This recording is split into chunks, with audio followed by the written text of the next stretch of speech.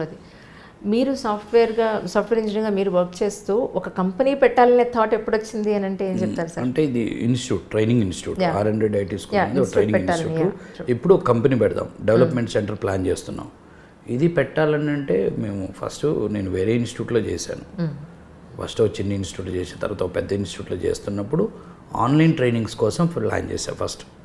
2013-14లోనే నేను చెప్పాను మా కొలీగ్స్కి అందరికీ, ఫ్యూచర్ ఈ క్లాస్ రూమ్ ట్రైనింగ్ ఉండదు, ఇంతమంది ఒక్కడికి రావటాలు ఇవన్నీ ఉండవు, టెక్నాలజీని బట్టి మనము మారాలి. 2013-14లో నేను ఈ ప్రపోజల్ మా వాళ్ళకి చెప్పాను. నేను ఎక్కడైతే ఇన్స్టిట్యూట్లో పనిచేస్తున్నా వాళ్ళతో చెప్పాను. వారం రోజులు డిస్కస్ చేసే వాళ్ళతో.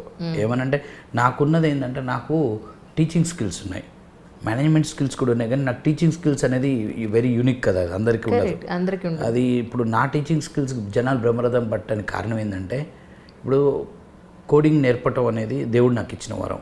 కోడింగ్ నేర్చుకోవాలని అందరికీ ఉంటుంది, కానీ నేర్చుకోలేరు. నా కాడికి 6వ తరగతి పిల్లగాడు వచ్చినా కోడింగ్ నేర్చుకుంటాడు. కరెక్ట్. అందువల్ల నాకు ఇవన్నీ ఆలోచనలు లేకుండా